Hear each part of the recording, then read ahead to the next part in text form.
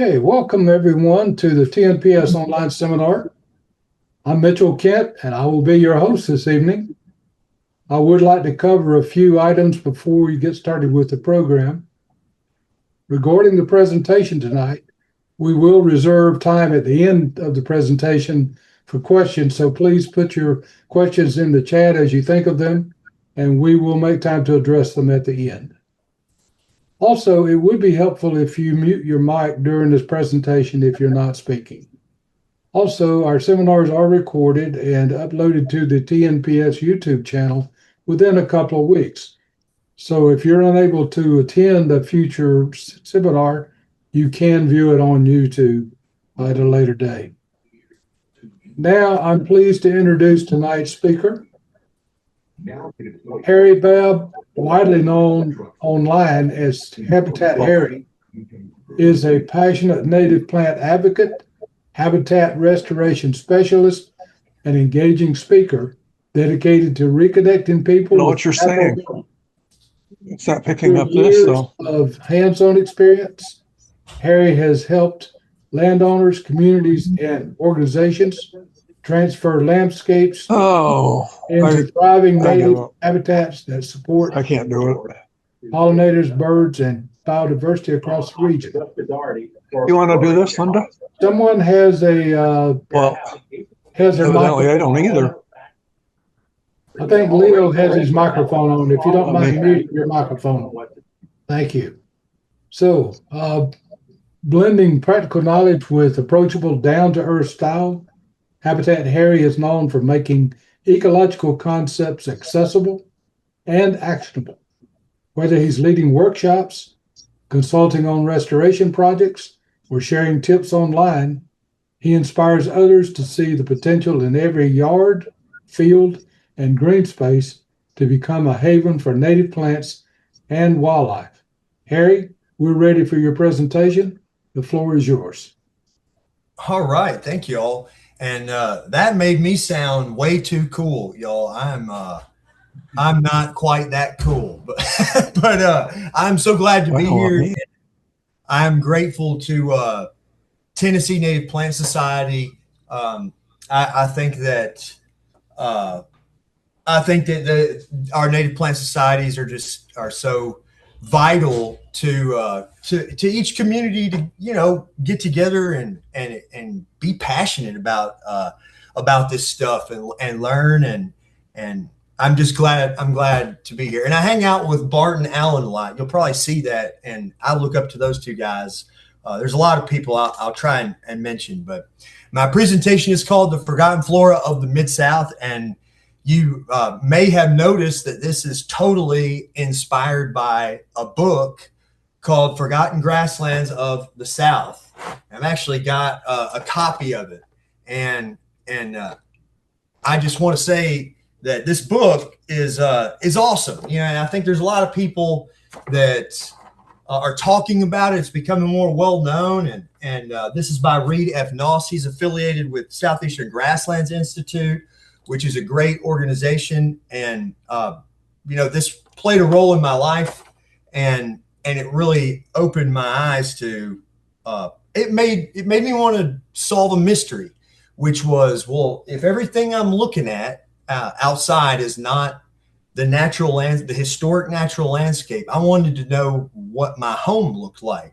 And I think it's important, and the work they're doing on grasslands is awesome. But down here I'm in Mississippi, and down here in Mississippi especially, we were pretty hard on the land use here historically, but that makes it more exciting for me to discover these pieces. So let's move to this next. This is where I grew up, and this is probably kind of blurry. I took this when I was, I don't know, a teenager, but that's Bateman Road at the Ghost River State Natural Area in Fayette County, Tennessee. And I know our friend Alan Trentley, ecologist, is always looking after this site, and it's a beautiful, it's a hidden treasure for Tennessee, and one that I didn't realize until I was older, just how impactful.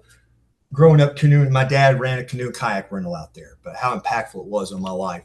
And then this site here is a floodplain forest in an HOA neighborhood in Hernando, Mississippi that shouldn't be there. But because they decided to say, and this is my daughter, Lana, but we like to go explore it all the time, especially when these spring ephemerals are out. And that's what I mean by forgotten.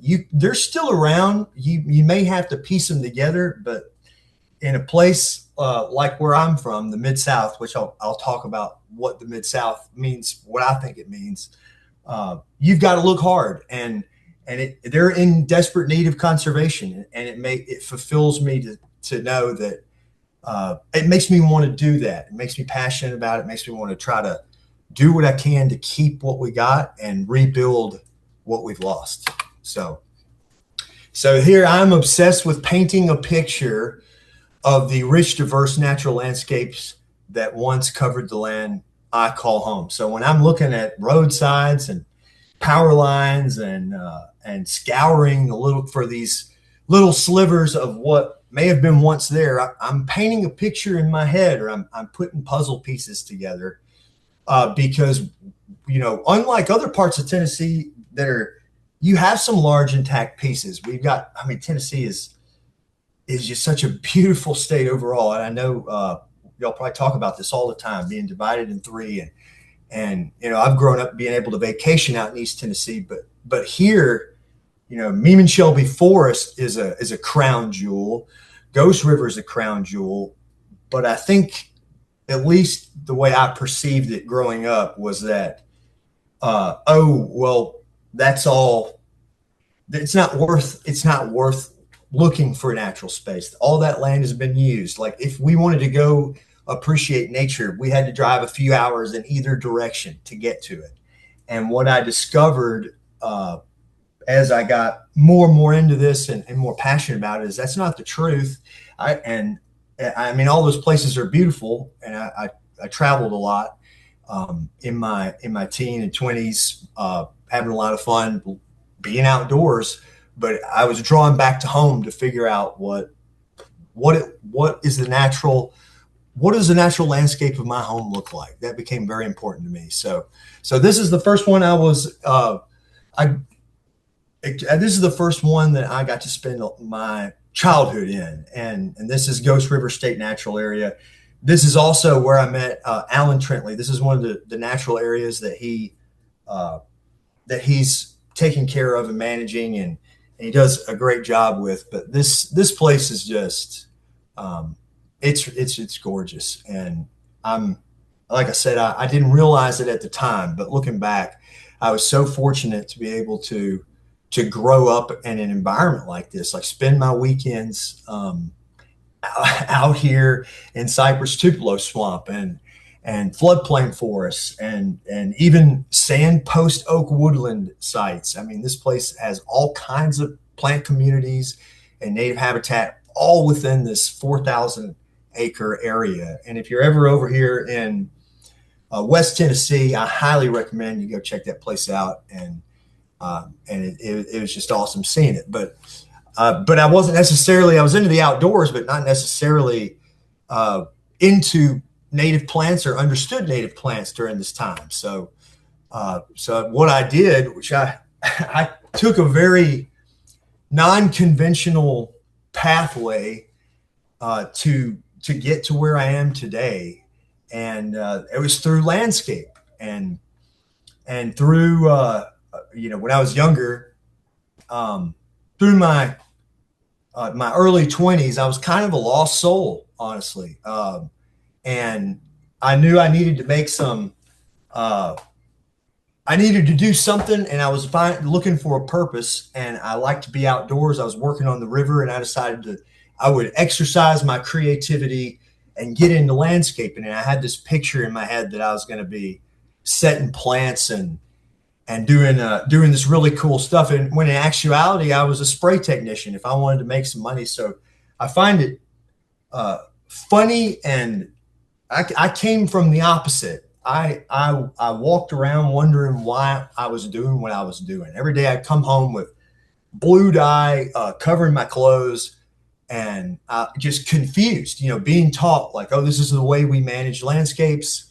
and just wondering, what's going on with that. So this is kind of the turning point for me, and that's when I took a job with Memphis River Parks. At the time, it was called Riverfront Development, and that's a series of parks, incredible parks on the Memphis Riverfront. And now it's a continuous, nearly 6-mile stretch of native plant habitat gardens. And if you're ever over here in West Tennessee, a lot of people don't know about that. And I've had I've been fortunate to be able to work on some of those, but during this shift, I met a landscape architect. Now, this was in 2015, this is over 10 years ago now.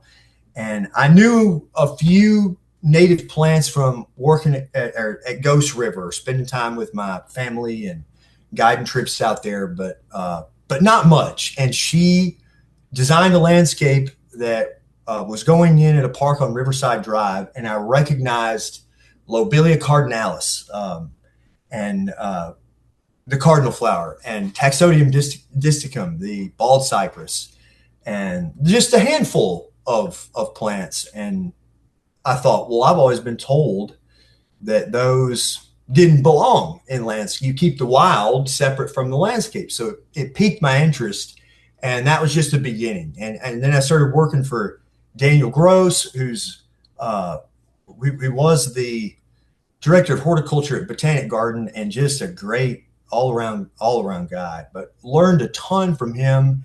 And the more as time goes on, the more into this I'm getting, and the more I appreciate it. But here's the park that I was talking about. This was not long after installation. That's Pygnanthemum muticum, and or clustered mountain mint, which is, I've never seen so many pollinators on one plant in my life. And the other one is Rudbeckia triloba, which is like a biennial or short-lived perennial. But this was the two that really filled in quickly after the installation of that park. And here's some other shots from the park, which some of these, as time went on, the approach I take in my style to landscaping is, if you've got to ask, was it planted? Then I did a good job because I like to mimic the plants that want to be here. I'm trying to design what I see in nature. That's not always what it is, but this is a good, like the Muhlenbergia capillaris, but this is still, just far better than the conventional landscapes that we see in our commercial and residential spaces around big cities in Memphis and suburbs of Memphis. But so, and here's what I do today. All that led to eventually doing this. I went down so many deep rabbit holes, and I didn't get there. I did not get here on my own. This is because of other people that were kind enough to allow me to spend time with them and be patient enough for me to learn from them. Some of them that are listening right now. And I couldn't be more grateful. Spend a lot of time looking at iNaturalists late at night, doing a lot of reading. So basically, I don't have a formal education, but I have a deep, and at the beginning I said obsession, and I was serious. But if it's an obsession, hopefully it's a healthy one, because I'd rather it be this than something else. But I want to know. So that's what leads to this, and I love it. This is an example of video content. I don't think the player is going to work, but if you want to, I have a lot of videos posted, and I try to make them as educational as possible. They're on all social media platforms, and I enjoy doing them, especially the ones that are more about the habitat and the plants and don't have me in them as much, but I like to include my family in them. And here are some of the people that I was just speaking about that really made an impact on my life. And I think that's what I was saying is so great about these native plant societies is we all learn from each other and we spend time together, and we can apply that in our lives and just appreciate the natural world. And when you have a statewide group, especially like Tennessee, where from one end to the other is so extremely different, that just makes it that much more special. So So here's some of the friends that have made a huge impact on my life. Oh, and then here is the book, and here's some other people that I listed. Some of them were on the previous page, but just some inspirations that led me to doing local conservation work. And when I mean local, like I'm talking about the closer it is to my house, the more excited I am about it. I'm more excited about finding a piece of these remnant habitats on the side of the road near my house than the farther out I get. Then I'm kind of out of my realm because, like I said, I want to know what the historic landscape of my home looked like. But and Barry Hart, he does some incredible work writing these ecological site descriptions, and you can get those through Web Soil Survey. But he works for USDA NRCS. I met him with Alan, and those ecological site descriptions really were. I mean, that was a turning point as far as learning, because it paints a really great picture on a close-up scale of these ecological sites that are near to you.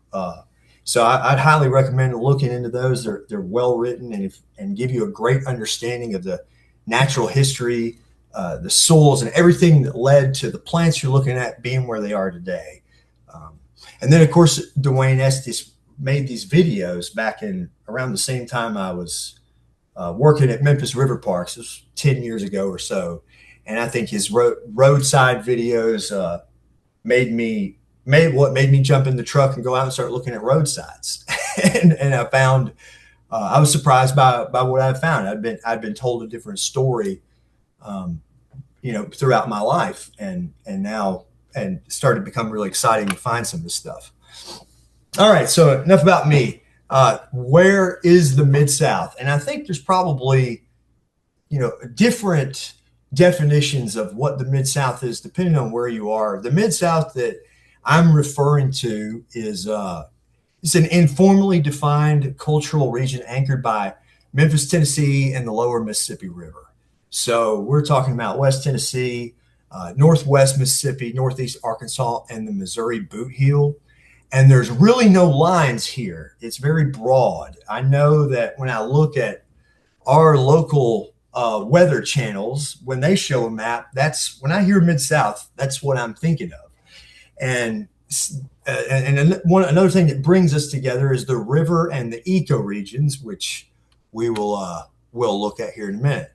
Oh, and here's some of the really awesome remnants of natural landscape that are in the Mid-South. And you see Allen and Meeman Shelby Forest. And I call Meeman Shelby Forest the crown jewel of the Bluff Hills, because in Mississippi, we don't have a huge intact piece of that, of the Bluff Hills. And it is just incredible, especially reading historic documents about the brown loam soils and the deep lush soils, which I'll go over here in a minute. And then Arkabutla is a similar. There's an area of Arkabutla that has a piece of the Bluff Hills, and then of course Ghost River. But and then this is Hudsonville, Mississippi, and around Hudsonville, Mississippi is some of the most beautiful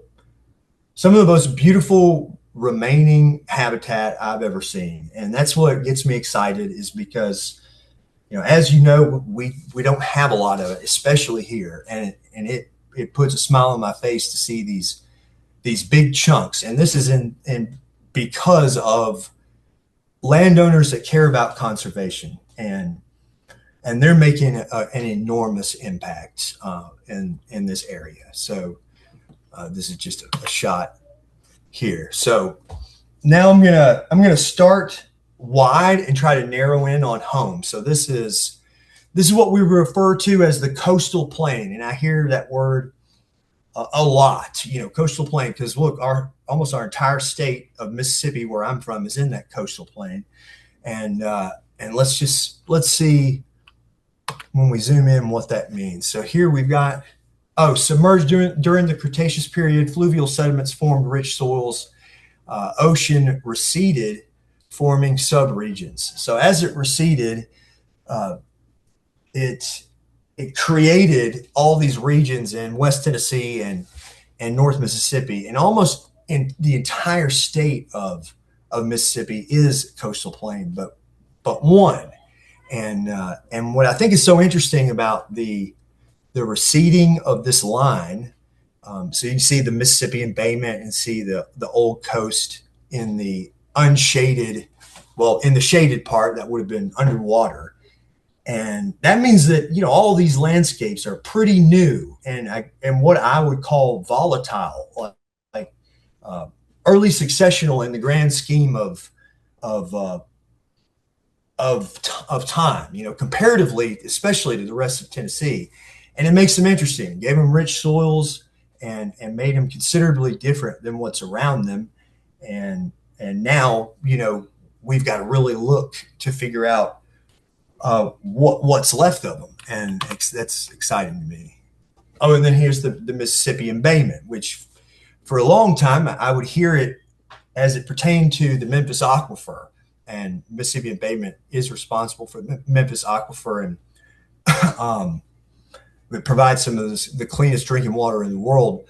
But also, it was a literal bay. I mean, look at how far, if you can imagine, south of the White Line being shallow sea. Look how far that bay goes into America. So I think that's just so interesting. So we've got the inland bay and flooded from a northward expansion of the Gulf after tectonic activity subsided. So that plays a huge role in this. This is the story leading up to, and I'm sure many of you already know this, but for those of you who don't, and I think it's fascinating to learn, you've got to paint a picture for your home. And these are the things that help me paint a picture as to why things are the way they are where I live. And almost the entire state of Mississippi falls within this Gulf Coastal Plain physiographic province, except for one county in Mississippi. And y'all may be able to guess this. I mean, this is near a great state park in Tennessee called Big Hill Pond. But this is Tishomingo County, which has these Paleozoic rocks, and just totally unlike the rest of the state of Mississippi. And it makes it really interesting. But it's cool when you drive or travel and go through these ecoregions and see these differences for yourself. Once you've seen a map and are aware of how different they are and what created them, then it makes it so interesting to drive. I mean, you can see it in real time as you're going across the landscape. And there it is. And there's my twins hanging out in Tishomingo when they were little. That's a place we would frequent when they were kids. We'd drive over there, and I'm glad we did spend a lot of time there. I mean, it's an awesome state park, Tishomingo State Park. But so that landform predates the coastal plain, which we just looked at, and pretty interesting anomaly there.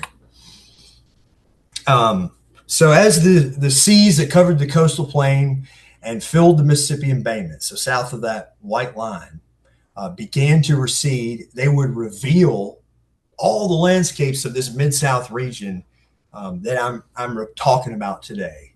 And when I look in even closer and read these ecoregion descriptions, level 4 ecoregion descriptions, you can see where they formed Black Belt Prairie, and then this interesting Flatwoods region, the northern hilly Gulf Coastal Plain, which has, so all these have interesting communities within the ecoregion themselves.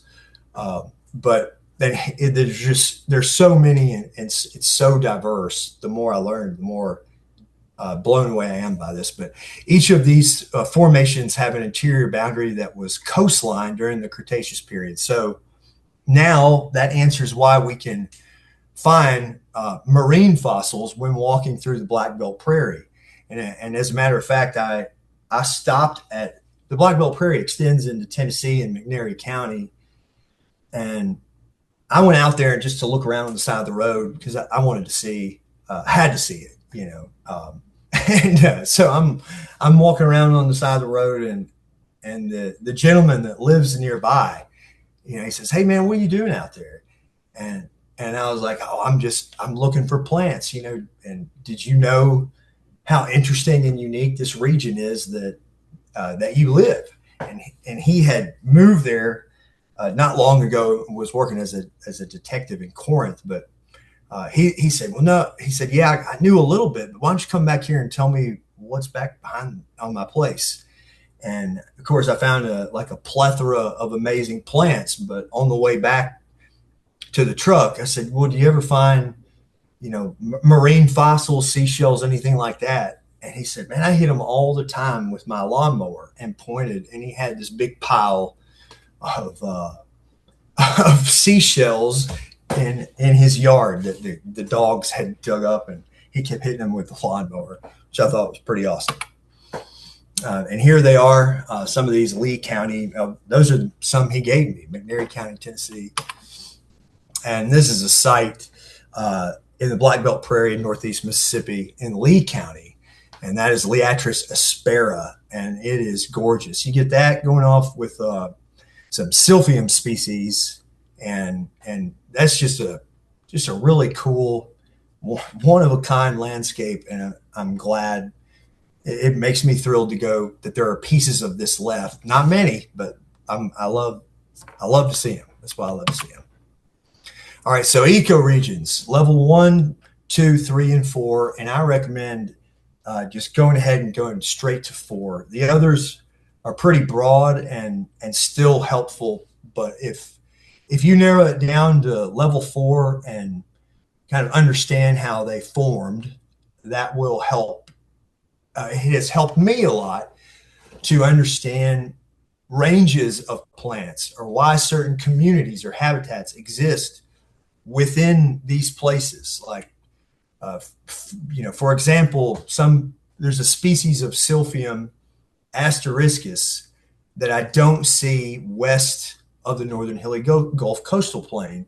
When I pass that line, I start seeing Silphium integrifolium, and I find all of these. That's just one example, and it's not always so stark, but sometimes it is a stark line where this species wants this soil and it is a part of this story, and this plant species wants this soil and it's a part of this story. And when you look at it from a natural history perspective, you start understanding these plant communities, why they are where they are, and it's fascinating to me. And this map is just really helpful in doing that.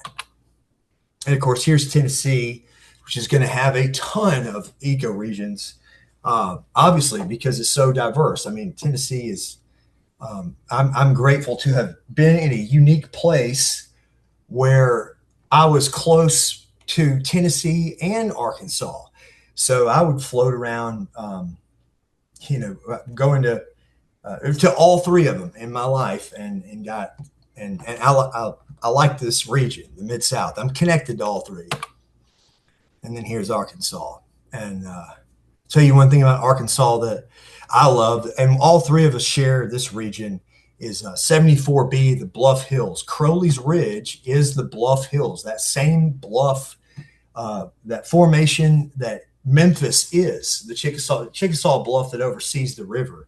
And down in Mississippi, of course, we oversee the delta or the alluvial plain. But I think that Crowley's Ridge is so. Crowley's Ridge and Grand Prairie are really cool regions in our ecoregions in Arkansas. So we're narrowing in even closer. Bluffs, plains, bluffs, and delta. And these are the three ecoregions that I spend the most time in, and that I feel like I know the most about, that I'm the most connected to. And here they are, 74B, 74A, and then 73. And then the meander belts, valley trains, and back swamps are three of the level 4 in that delta region in purple, or the alluvial plain. But all of them are interesting. So, and I think it's going to go into, so the one that I spend almost all of my time in today, going to school, taking the kids to school, going to the grocery store, working at most places within, is in the Lusk Plains. And if we go back here, that was kind of the lighter color orange. But and if you're in Jackson or going into Tennessee, we have I think you can see here the Luss Plains over on the west side, and Luss is a type of soil, and it's also pronounced Lurs or Los, and all of them are fine to say. I've heard people say say it a bunch of different ways, but it's cool, and I didn't know this. I feel like they didn't teach us this in school, but I think that it would have been great if they would have, because during the Pleistocene, or the most recent ice age, these glaciers would grind. It would move, like glaciers would move and grind against rock and make this powder that would then, as they melted, flow down the river, and then these high winds deposited this region here. And you've got the thickest deposits in the west being the Bluff Hills, and then it thins out going east, and then you have this really cool, random piece of it over in Arkansas where you see a lot of the same plants. But the way they formed, I thought they're really new. I thought the way they formed was just so cool. And and then here's some more about the Luss Plains, and here's a site within the Luss Plains that you might not expect to see. And that again that's in Marshall County, Mississippi. And here's a couple of quotes. To the south, through much of Mississippi, the Luss Plains consist of a very thin east to west belt compressed between the dissected Luss Hills and Mississippi alluvial plain to the west and the coastal plain to the east. The convergence of such contrasting ecoregions contribute to a very complex pattern of soils, landforms, and vegetation communities. And these are in those ecological site descriptions that I was talking about. And I thought this was cool, and I didn't expect this at all, but it says here, the natural vegetation prior to settlement likely consisted of a complex mosaic of conditions that range from fire-maintained prairies, locally and historically known as barrens, to open oak-dominated woodlands. And that's in the northern Fragipan Luss upland ecological site description.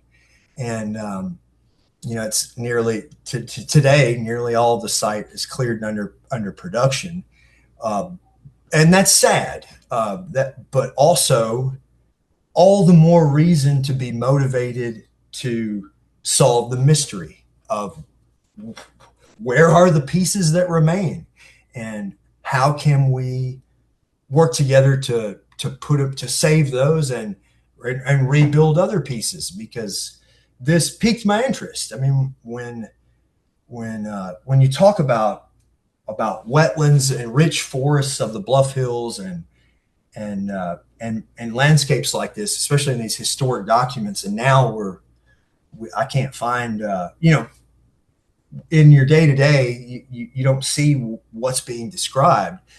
It makes me want to. I just have to know.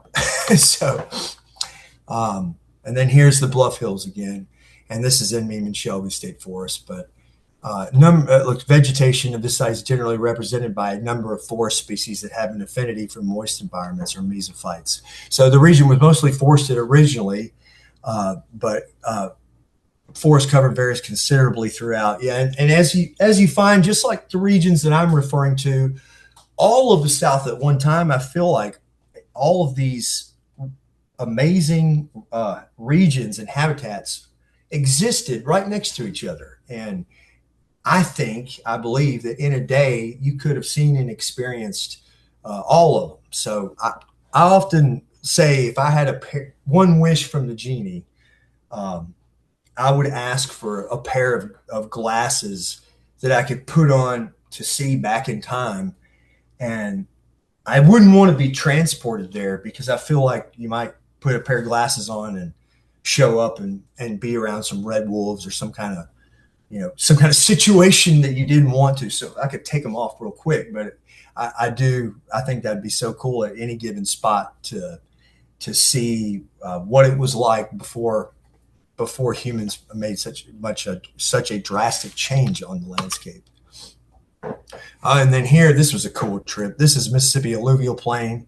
This is a very large cypress tree in Meme and Shelby Forest State Park, and that's Allen. Y'all probably know Allen, and we got to see this really cool site in Meme and Shelby Forest, and this is a little bit about the alluvial plain and how rich these soils are, and basically, what I'm getting to is soils, natural history, native plant communities determined the land use and shaped the culture. So, now today, there's so many things that make up why a place is the way it is today. And one thing I often think about is, how did the American black bear, eastern bison, eastern elk, cougar, red wolves, all these large animals. I mean, the Wolf River in West Tennessee is Neshoba, is Chickasaw for wolf. You see Neshoba everywhere.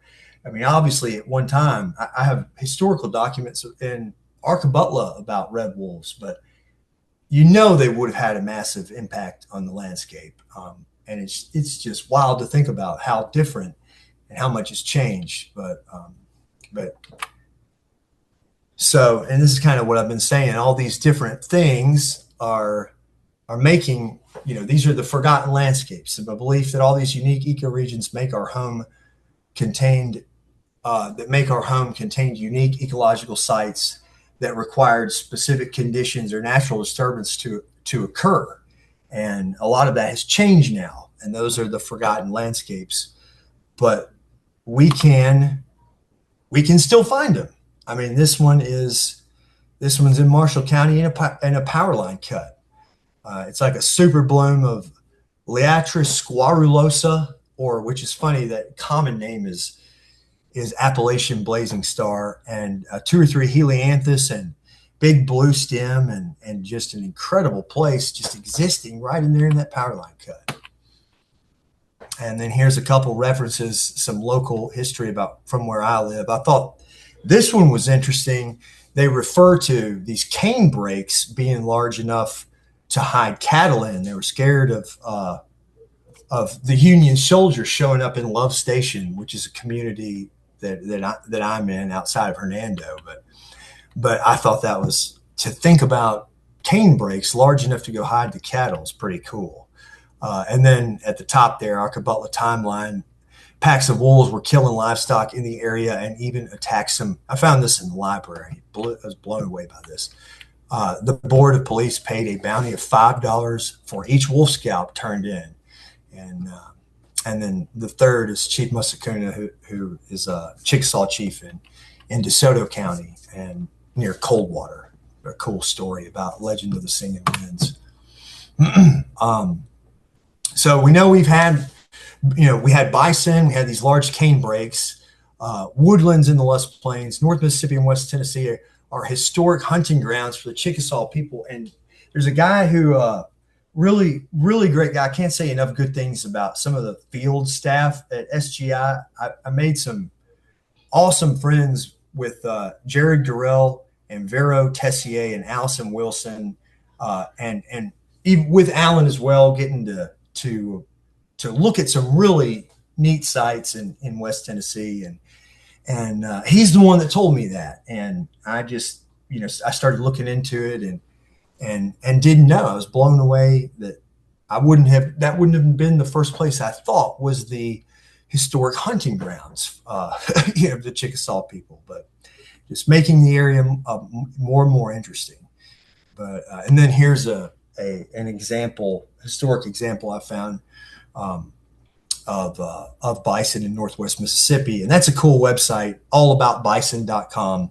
And you can go through and see all these references to bison throughout history. And this is in Fayette County, Tennessee. And it's actually one we affectionately refer to as the Dollar General Prairie. And that's because all the coolest pieces of natural habitat that are left around here got like a Dunkin' Donut sign next to them, or a Dollar General next to a Dollar General, or stuff, or behind some industrial complex or something like that. But it is a beautiful sight that you wouldn't expect to see here. So where are they now? Hiding in plain sight. And I promise I'm going to get to some plants. I think I take a long time to build up to this, but here we go. This is a recreation, and this was taken by my friend that worked for Quail Forever in North Mississippi. She's not here anymore, Robin Parker, and this is it was grown from seed, and it is beautiful. And this was an ag field previously, and it was no longer used, no longer providing. It was a fallow field, but it was used as an ag field. It was probably used as pasture. Who knows? But this gave it a new life and a new purpose, and now it's providing all kinds of ecological value. And even while we were there, we were seeing hummingbirds and all kinds of native bees and pollinators over this planting. And then here is this is what I call an open woodland. It's mostly red oak, post oak. There's a couple of massive blackjack oaks, but this is in Hernando. And this is where I'll collect seed, or one of the habitats I would look to for inspiration to design a landscape, or inspiration to think of put a seed mix together, or think of a species list to make a seed mix. Oh, and this one's from my friend Joel Gullidge. Joel Gullidge is in Germantown, and he works over on President's Island. And he's a great guy and a great landscape designer. But he's been going to President's Island, looking around, and found this really cool sand plant community, and he's been finding pieces of it for a long time. And he called me and he said, dude, I've almost got tears in my eyes at the amount of, he's been looking for all these cactus and finding little pieces. And out behind one of the, in an industrial area, there are literal fields of this cactus, this native opuntia. But I thought that was so cool. I mean, to have a piece that big with all that cactus there. Oh, and the natural heritage programs. This is just something I recommend that everyone will look up what species are on these natural heritage program lists, so that what you could do. You could do conservation in addition to gardening or landscaping, because I know a lot of folks are into native plant gardening and landscaping. And if you're trying to figure out what to plant that would really make a difference, it's probably going to be on one of these lists. And I'm not saying to go out and get it in the wild. I'm saying, but if you've got native plant nurseries that are ethically sourcing these species that really need our help, then I would definitely consider them for the landscape if the setting is right, because then you've got a great story and you're doing something to help a plant that needs help. And there's all three of those. I'm leaving out a lot of Missouri. If there's anybody from the Missouri Boot Heel, I apologize. I think Missouri Boot Heel is in what's referred to as the Mid-South too, but they've got a great natural heritage program in Native Plant Society. And Nature Serve. Nature Serve is a great resource as well for determining what plants or what state level of conservation concern they are. You could just type in a species and search it, or even habitats. This is just a great overall resource that I highly recommend. And here's a list of native habitat remnants, and these are the ones that I continue to go back to, that I continue to look at, that put a smile on my face that they exist, and I hope to be in a position to protect or work toward protecting more of them in whatever capacity that looks like. I mean, whether that looks like collecting seed and using it for a recreation project, which a recreation is just, or rebuilding a landscape is in a setting where it's devoid of native habitat and there's nothing to restore. If it has some things left, that's when I use the term restoration. And I may be wrong. That's just how I use the language. But these are great examples in this area to just go enjoy what's there. And then, yeah, of course, roadsides and power lines. I can't, drives my family crazy. I can't go anywhere without stopping on the side of the road, multiple times. But so let's look at some examples. This took me a long time to get here, y'all. So the first time that I came across some of these plants was this was a few years ago at my kids' school. And I know what they are now, but at the time, I was like, what are these things doing here? They're existing underneath the power line in Hernando. And a lot of people a lot of people couldn't believe that I stumbled upon this many at one spot, and I guess they're special to me because this is when I really began to look. And these are plants that I like to use in landscapes around Hernando, around where I live and around the Mid-South, because I know they want to be here. And I'm glad that I found them and stopped to appreciate them. People drive by these things without thinking twice about it all the time. This is Tradescantia occidentalis, and that is Western spiderwort. My friend Joel took this picture, but these are dappled along roadsides, along roadsides and up and down Highway 51. But this one is awesome to me because previously it was thought to only be on the west side of the Mississippi River. And, there's been a handful of times where recently someone has rediscovered or found sites where these Western species are occurring over here.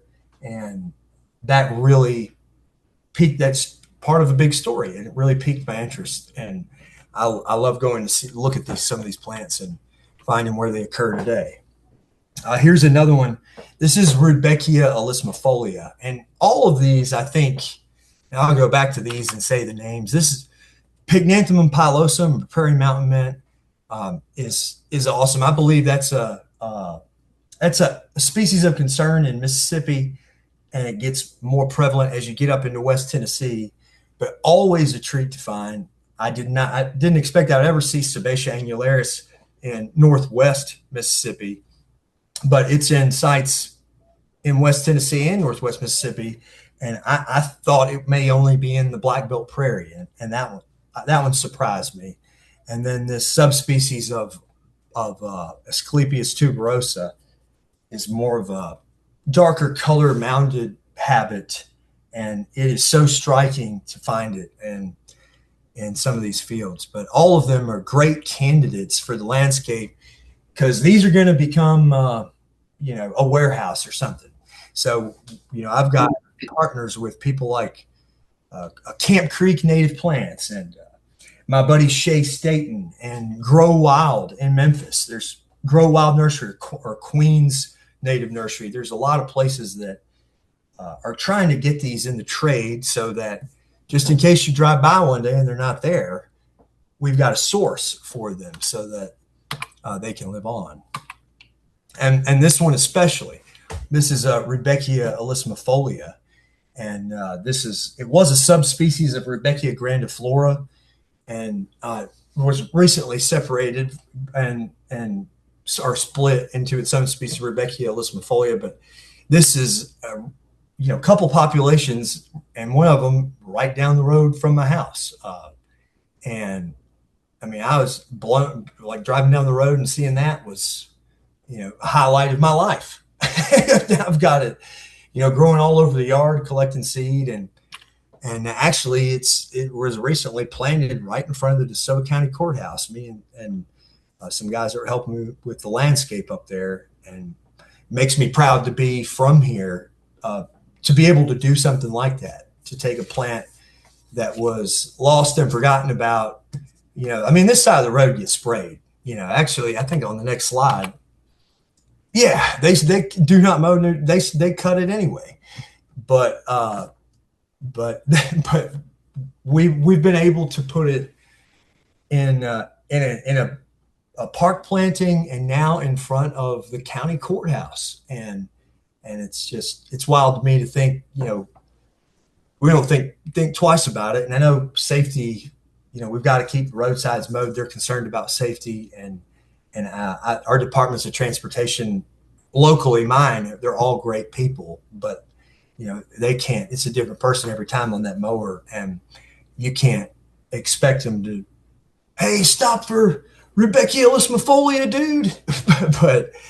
but anyway, that's where a lot of these plants are occurring. This one is Rosa Setagira. This was next to Walmart in Hernando, and it's only documented a few times in Mississippi. I know, I've seen it a good bit in Middle Tennessee, but when in bloom, it's got a striking bloom, and this is an awesome native rose to consider for the landscape. And if you're in Mississippi, especially, because now we know that Rosa Setagira was here and it's almost gone. So I found a couple populations and gave some of it to Robert at Camp Creek Natives. And if y'all ever get a chance to go there, that's in New Albany, Mississippi, and their native nursery is outstanding. And I do a lot with them, and so does Shay Staten. Shay works at Sardis Lake. He's a natural resource specialist, but he has been collecting native seed for well over a decade. I mean, long time, and giving it to them and growing stuff in his yard. So those folks I could not do this without their help, germinating, propagating, and getting these plants to a state where I can go put them in the ground. And then here's the Pycnanthemum pilosum showing. This is on NatureServe, so I like how they do this. And they show each state's conservation status, so you are able to see, which one. And I also like Bone App and iNaturalist. There's a ton of things. Oh, Flora Quest is great. And I have a slide with all those on them, but in conjunction, they all work best. And this is, if you were to search this plant on NatureServe, what the page would look like. And there it is, Pycnanthemum again. And this is Penstemon tubiflorus. And all of these plants are special to me because there's a story attached to them. And this one looked like a large white bucket out in the middle of the field. This thing was so white and so noticeable. So I about broke my neck pulling over to try and see what it was. And then Alan was able to identify it for me. I thought, man, I've never seen a Penstemon like that.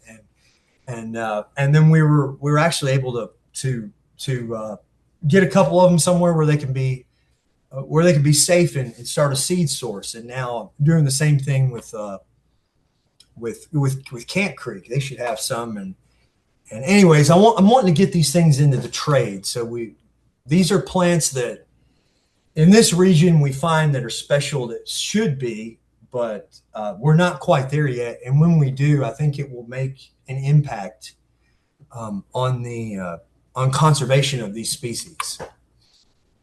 This is Pachysandra procumbens, which in the Bluff Hills of Northwest Mississippi I was ecstatic to find that.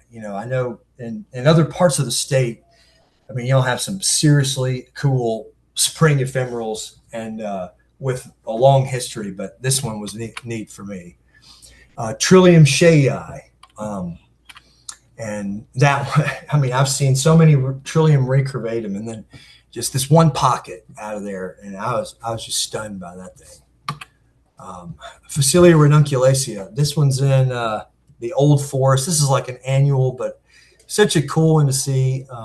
And the spring ephemerals that come and go they're just so neat to me. And you just got to make it a point to catch them while you can, where you live. They're just fascinating. Oh, and that's copper iris. And that's one of the only times that I've ever seen it. And this is in Tennessee, and this again was one of the coolest trips I've ever done. And the size of those cypress are just unbelievable. Oh, and here is Asclepias syriaca, the common milkweed, which, funny enough, there's only a couple of recorded populations in Mississippi. So it's totally not a common milkweed when you get down to where we are. And I found this a pretty big patch of it that doesn't appear to be planted, but I think they're going to have to do like DNA testing at the Natural Heritage Program to confirm that. But very cool find. And then here's some local sites. Now this one, Alan has done a ton of work on. He's done a great job. And Claude Bailey. Claude Bailey is another Tennessee guy that has, and they're awesome. I mean, this place, I grew up next to this place, renting canoes and kayaks. So this is in Ghost River State Natural Area. And I remembered as a kid playing over here like me and my buddy were on like a different planet, because it was a sandy, bare place. And that's what, as a kid, you're like, oh, cool. This is weird. Let's, and that was my memory of it. It was like, wow, what's all this cactus and yucca doing here? And that is the Sand Post Oak site. And then to my knowledge, in the Fayette County, I think there's numerous sites, but that's why it's a species of conservation concern in Tennessee, is because that's the only place that this sand post oak is showing up in the state. And the site is just totally unique, totally cool. And I know Alan has talked a lot about it, and it's just awesome, unique place. And then this is Lusk Prairie in Hernando with the good old Duncan sign behind it. So here we've got like Tephrosia onobrychoides. We get a lot of Western species. That's one thing it took me a while to learn, is I was looking over in Alabama. I was looking in Middle Tennessee. I mean, I've got all these really cool, pretty species that are great for landscaping that we just don't get. And I was like wondering for a long period of time, where are these plants? That if I'm planting native plants, if I'm a native plant landscaper, shouldn't they be around? And then I had to start looking at different plants, the ones that I wasn't expecting to see. And a lot of them have these more Western affiliations, like the Tephrosia and the Pachyrodubia, or the Asclepias tuberosus interior. And things started to make more sense looking at West Tennessee and Northwest Mississippi that way. Here's Joel's site with the cactus. I'll probably put that one in twice. Speaking of Joel, there he is right here. And this is Persicaria bicornis. There's an area of Arcabutla Lake. The dam is not working, and the return of the native flora there has been just unreal.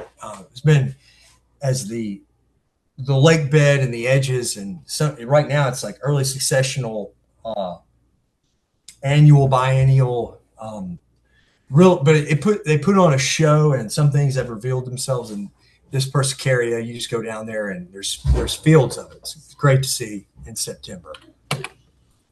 So Harry, if I may, let's do a time check. We're about 10 minutes or so over. Okay. How are you doing on the slides? Oh, pretty good. And I can wrap up. I get pretty long-winded, so I can just go through these real quick if you want to do that. I know you want to save some time for questions. Right. And I've got a timer going, so I was trying to get close to this, close to the end here. But these are just communities of plant communities around where I live.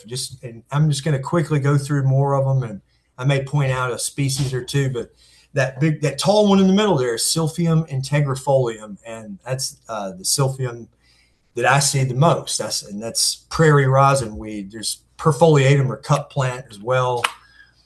This wisteria is really cool. That's wisteria variety macrostachya.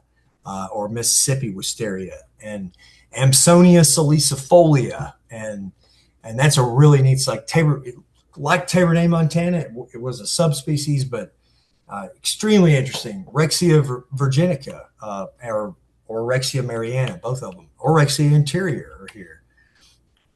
Then we've got some forest ephemerals from sites I've listed, and here we some more of those, and y'all probably know all these pretty well. These are familiar friends here. Ones that I love to see in the wild. And then lots of cool grasses. I mean, this is one of the Tripsacum dactyloides. That's one of my favorite grasses of all time, just because that thing is beefy. And another underutilized, underappreciated grass is that Florida paspalum, or paspalum floridanum. That's a grass we get over here a good bit. That's on the far left here. But so more grasses.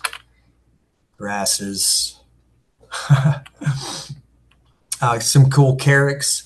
And that's genus is so large. I know my handful of go-to carex, but it's one that I love. And I love Chasmanthium. I try to use Chasmanthium sessiliflorum. I saw Roundstone sells that seed, and that is a good one that's underutilized in landscapes.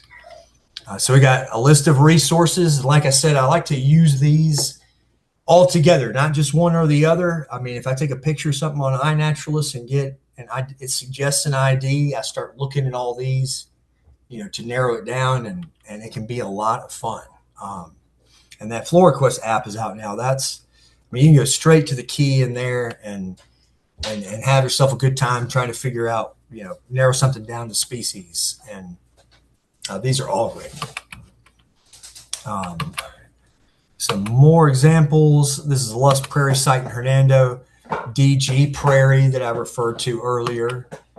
I do my own lists of species for sites that I'm worried about that we might lose. So I have at least something to look off of if I get in a position where I can rebuild or recreate. And then this is just landscapes. I'll just quickly go through some of the landscapes. I always hand draw pictures.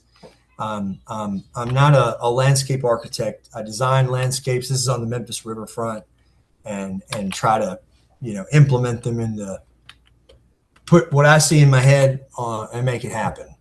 And a lot of these are older, that are using a lot of cultivated varieties. Sometimes it's just what I can get a hold of, and more recently, I try to use local ecotype everywhere I can. But I do love putting in some landscapes.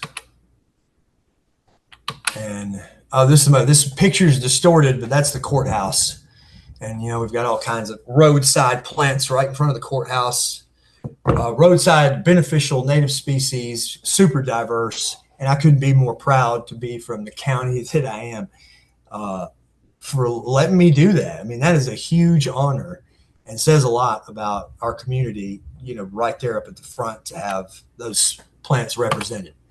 A little bit of maintenance, another site, and oh gosh, look at that Liatris with all the monarch on it. Okay, cool. So thank you, and I'm happy to go back if there was something y'all wanted to see, and I know I'm going a little long here, but I'm happy to answer questions, and I'm very grateful for the opportunity to do this and talk to y'all. I mean, this was really cool. Harry, thank you so much. This has been amazing, and it certainly offers us a different look. We don't have the opportunity to talk to people who specialize in the western part of Tennessee and in your part of the country very often. So thank you very much for sharing all this with us. And we do have some questions. Sure. And let me quickly run through my list here. Corinne says, thank you. Kim Sadler, thank you. Bart, great talk. Harry, very interesting and inspiring. Elise says those landscapes were stunning, and I agree. Ann Valentine, also beautiful. And a question Oh, hey, here. Ann. Go ahead. I said, hey, Ann. I know. I know. I need. She's like a neighbor, right? Yeah, Yeah, yeah. Ann's a neighbor. Yeah, she knows about yeah. those. Thank you, Harry. That was awesome. Oh, thank you. Yeah, I'm glad.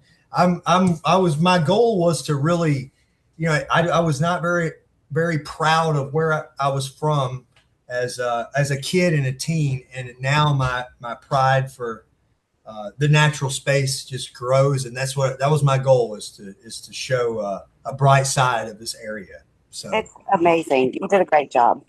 thank you. Thank you. So a question here is the species for yellow coral honeysuckle that you showed and the red coral honeysuckle the same.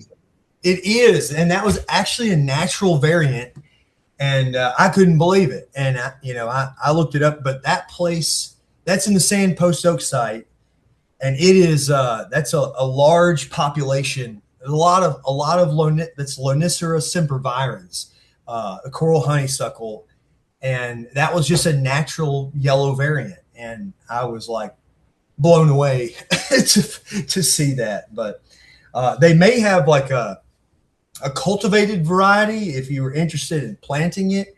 But I went back to see if I could get that and try to propagate it. And I think me and Alan and me and another friend, man, we looked for so long trying to find that yellow one. And I never saw it again. I saw it that one time and got pictures, but it is a yellow native honeysuckle. So here's a question that comes from Memphis. Would you consider the old growth forest at Overton Park a native habitat remnant? Absolutely.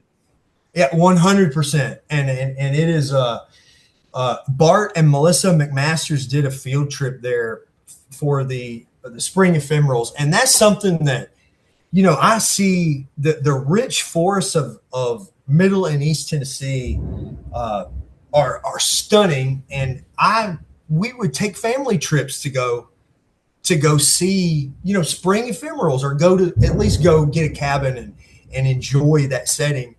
And like I said, what I found is that beauty in its own way is here, and that's definitely an example. The old forest, and even the story behind it, that place is just unreal. But Bart and Melissa did a great job. If it's done again, I would highly recommend it, making over to this side of the state, because that's one that the folks that were behind keeping that what it is. Kudos to them, because I can't imagine. Could you just imagine endless old forest around there? I mean, it's spectacular. Well, that was great to learn about for sure. Charlotte asked, what do you think about using glyphosate to clear land in order to establish a native plant meadow? I think that in a lot of situations, it's a must. And I know. So here's like how I feel about it is my take on glyphosate, which I know it's very controversial, but it's not something I want to use around my vegetable garden. Which, funny enough, we eat Roundup. I think we might have gotten frozen there, Harry. Apparently we're not going to be able to continue. I think we've lost Harry, but thank everyone for attending tonight. I think it's been very interesting. I had no idea how diverse the geology was in that part of the state of Tennessee and Mississippi, so I have a new appreciation for it. And I hope that we can have the opportunity to hear from Harry again before too long. But are there any final questions or comments? If so, please unmute and go forward. Hi, I had asked the first question in the chat about the sensitive fern and getting rid of the invasives in our woods. Is that something that you can address? I cannot. Is there someone else who can talk to that one? What type of invasives are you dealing with?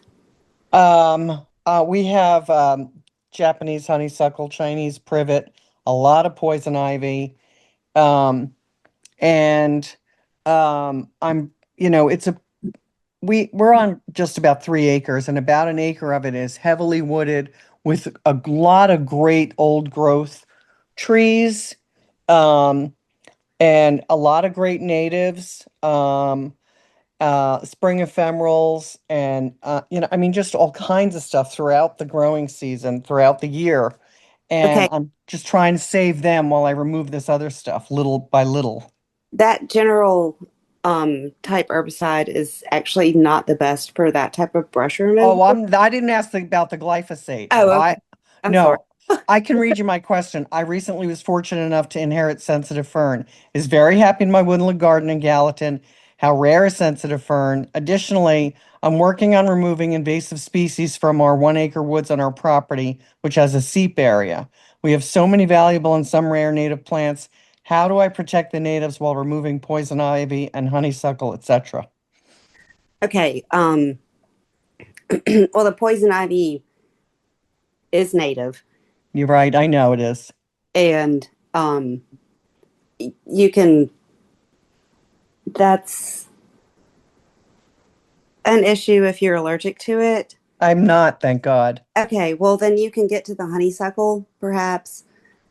Um, if you have the ability to, you can remove as much of the superficial roots of the honeysuckle as you can, and then trace it back to a big area of growth. Does that make sense?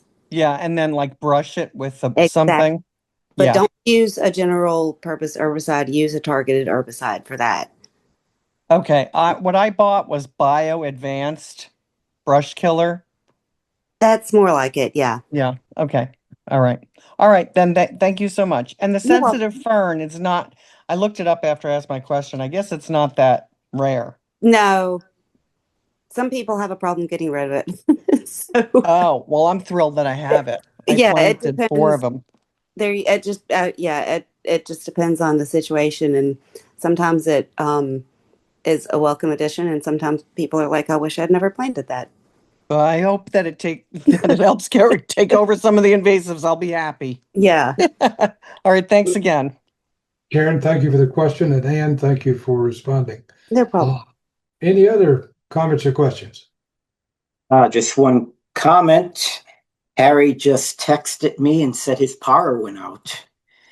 That explains it. We're having some storms coming through here, so that may be why. Hope everyone's safe. Yes. Well, thanks everyone, and remember this is being recorded and will be placed on our YouTube site within about 2 weeks. And I will see if Harry will agree for us to go ahead and put the presentation out there as well, so that you can refer to that and look up some of these communities he was talking about, and also plant names and that sort of thing. So, any final words, Bart? Anyone?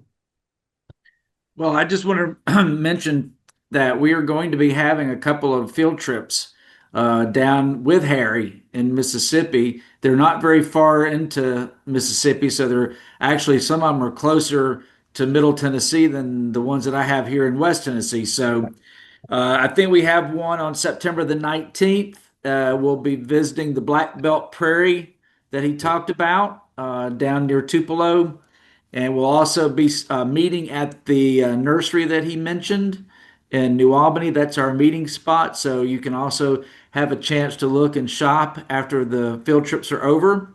And then on October the 3rd, we're going to visit, I think, the site he showed in Marshall County, which has the lots of liatris and the different sunflowers. So if you can, make plans to come and join us for those. It'll be great.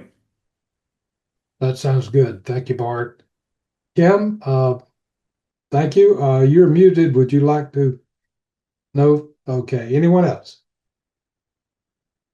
Well, I've enjoyed this tonight. I hope you have, and we look forward to seeing you next month on the third Tuesday night at the same time for a new presentation by a professor from over at University of the South. And so we hope to see you then. Thank you all. and good night.